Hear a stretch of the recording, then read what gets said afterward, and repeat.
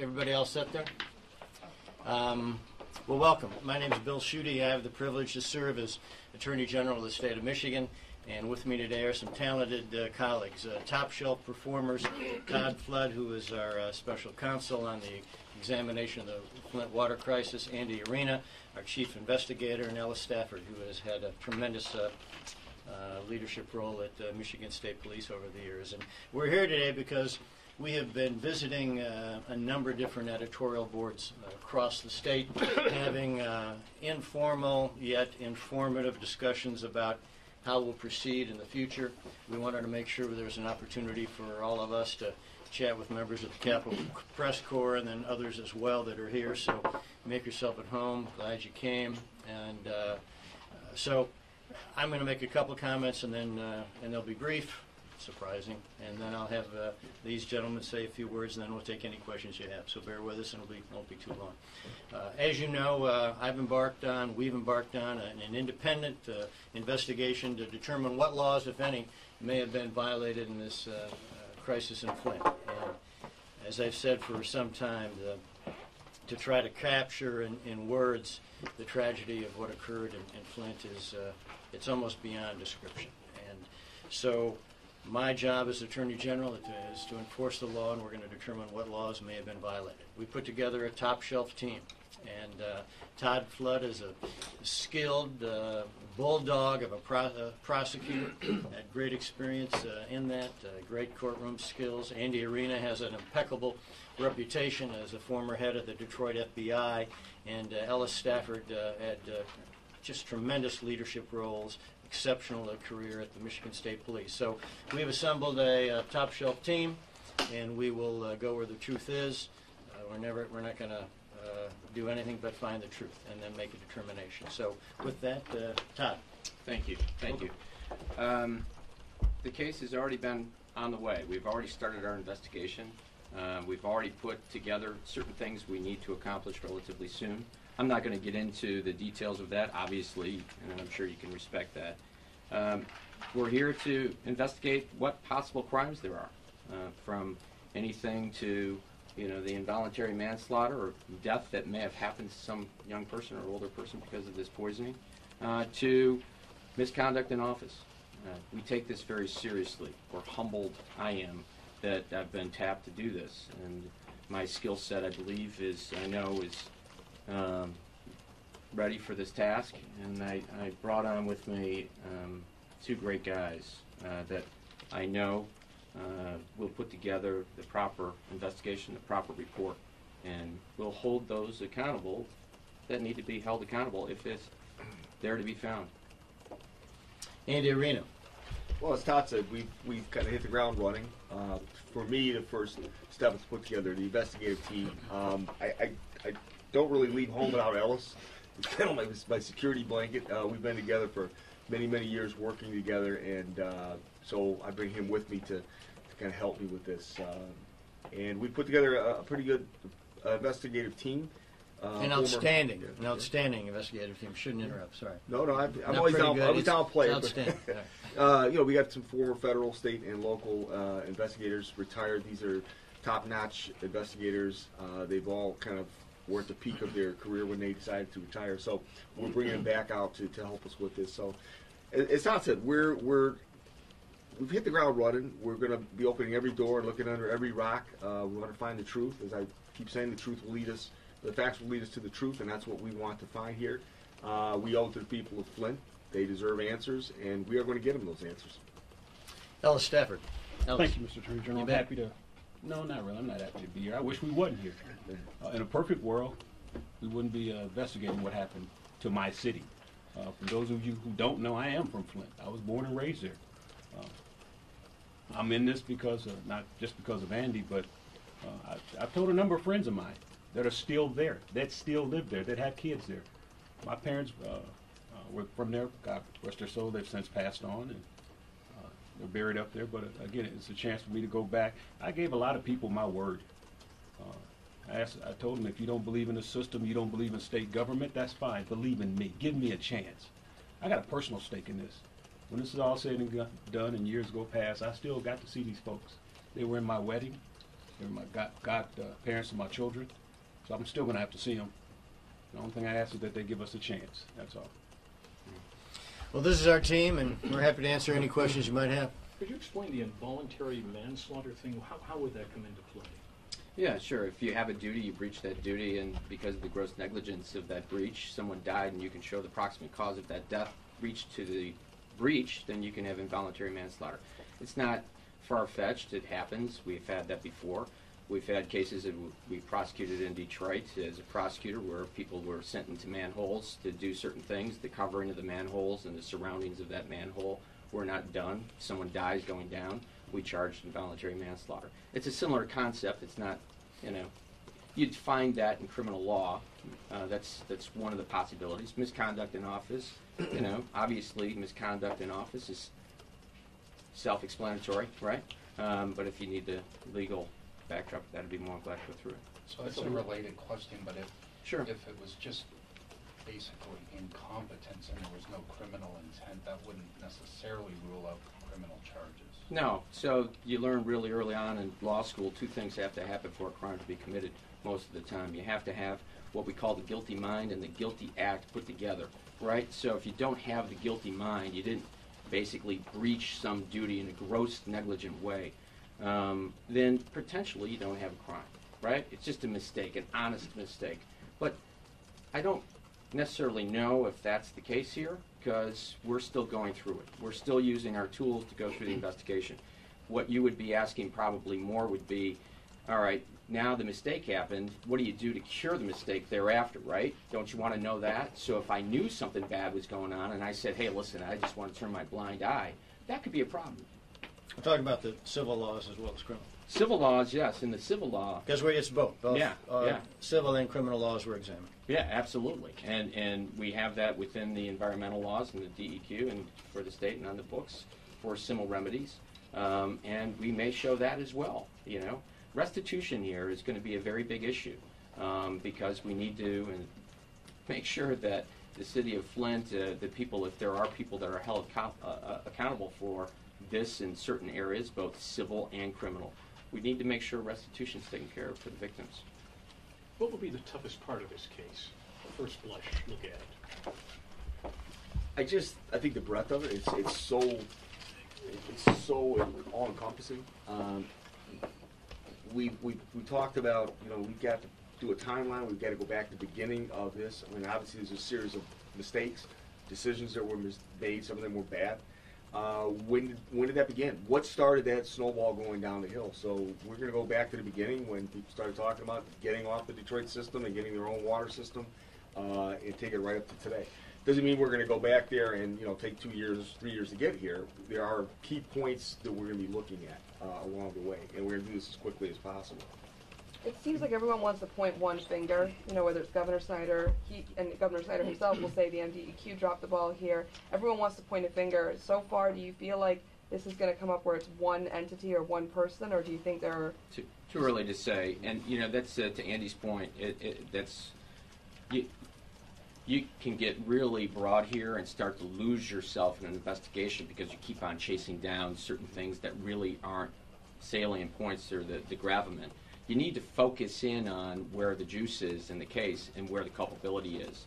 And it's way too early to say one person is at, the finger pointing here or throwing someone under the bus, the proverbial bus, if you will. So these guys know how to do an investigation. And I'll leave Andy and Ellis up to those portions about where we start, for which we already have. So when you look at this continuum, there's a timeline, and there's key points, key pressure points in that timeline that we have to identify which are the key points. When were the bad decisions made? As Tom said, there's a lot of stuff that went on here. We could spend the next 10 years looking at that. We don't have that.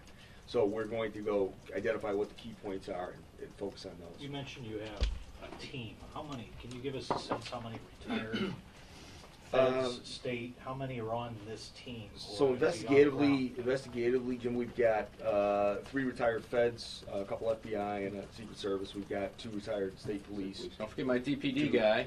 two Detroit police officers, There we retired Detroit police officers, and then we've got some experts we're going to be bringing in for, let's say, cyber forensics and things like that. They're not going to be full time on the team, but we will bring them in. These are key people, highly trained.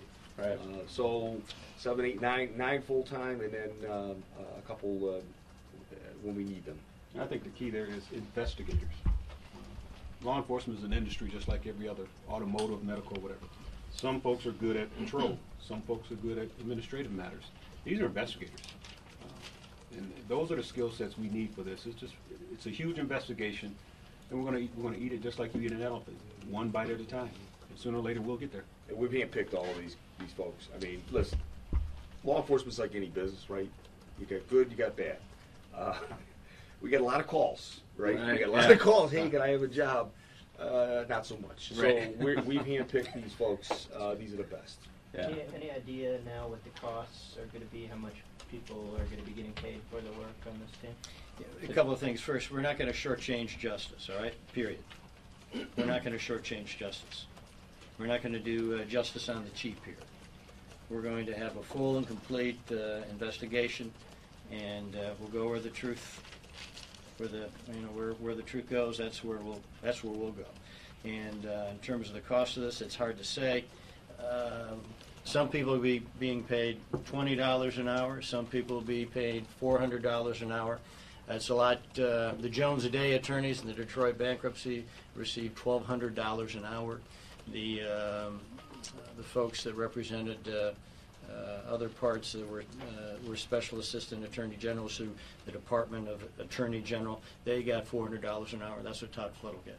So are you going to need an appropriation, though? The Senate Majority Leader seemed to balk at that, or can you do it with existing funds in your office? Well, let me just say this. I always try to treat people the way I'm treated. I always treat my colleagues respectfully, and will continue to do so.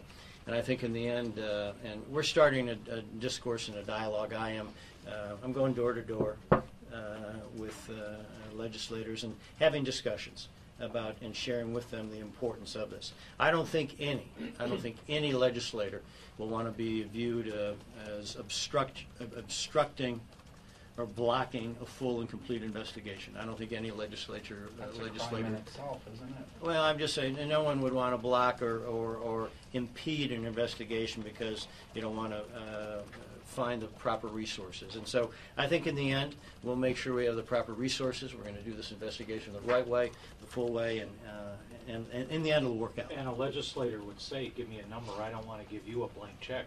No, and that's why we're having, it's not going to be a blank check, but I can tell you it'll be a lot cheaper than the Detroit bankruptcy. You know, the last time. Hi. Hi. The last time that we heard from you guys, we heard that it was going to be pretty tight-lipped until the investigation was over. What made you guys decide to hold this roundtable today? The reason, and I'll let these guys comment as well, the reason we did this is because we'd had discussions with some editorial boards of newspapers across the state. Thought it'd be informative for others. We get questions asked a lot, so we thought let's just, hey, let's get together and answer all your questions as best we can in an open way, and that's why we did this. Can we clarify your previous statement on blocking the investigation? If legislators say to you they're not going to fund this, are you going to accuse them of that? No, I was just saying I was just making a comment. No, I'm not making any accusation. I was making a statement. And the statement was, I don't think any legislator would want to be viewed as impeding or shortchanging justice on this investigation. I was just making a comment. Well, would the definition of that then be not funding the investigation? Well, I in the end. Why did you connect those dots? Yeah, just we're having a discussion, and so the point is, I'm saying in the end, I think the optics of this will be that no legislator would want to be viewed as impeding a full and complete investigation. I mean, if they're honest with this, don't you think they're going to want to make sure that we have all the proper funds? We have the best crew around. We put it to a very modest dollar amount. This is not some Jones Day firm charge. I'm charging a lot less than I normally would on a significant amount of my clients. At the end of the day, we've put together a team, an A-team, investigators that you can't find anywhere to come together So we did that. We got to do our own draft. We got to bring in our own players, and they all wanted to be part of it. Go find someone like Ella Stafford to come into this, right? So would a legislator or anybody say, hey, listen, I don't want to fund them to figure out whether or not there was a crime there? I can't imagine that in my wildest dreams. Now, politicians may figure out a way to say that statement, but I'm not a politician. This is a top shelf team. This isn't a JV team, to coin a phrase. This is top shelf. Attorney General, do you think Senator Meekhoff's trying to sweep this under the rug? No. He's previously criticized you for not waiting for this task force. He said it was Well, premature. let me just say, you know, this is a group of skilled prosecutors, lawyers, investigators, a lead guy from the MSP, the head of the Detroit office of the FBI. This is a top shelf team, and so no, I don't think your comment about Senator Meekhoff. I don't think he.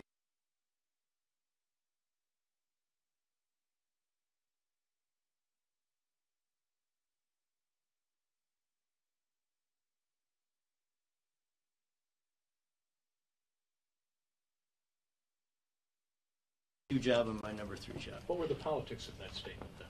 I was just responding to Dave's comment. Well, did he make a political statement, you think? Oh, I don't know. I'm not doing this. I'm not, Inspector Clouseau with some of them magnified. Don't worry about that. I know you don't want to set any artificial limits, but now that the investigators have had a chance to get a bit of the lay of the land, can you set any kind of rough time frame now for the length of the investigation? No. No. Simple question. Yeah, no. We want to move swiftly, but we have to get it right. As I told Tim last time, we have to get it right, and everybody's in agreement with that. You don't want to do something just to get it done and quick and have a mischarge, right? So I want to make sure we do it right, and that's what the edict is to my investigators and our team. And Andy, he's on the same mantra. What's You the used process term like optics of? a few moments ago. Why not take yourself out of this? Why not name Todd Flood a special prosecutor?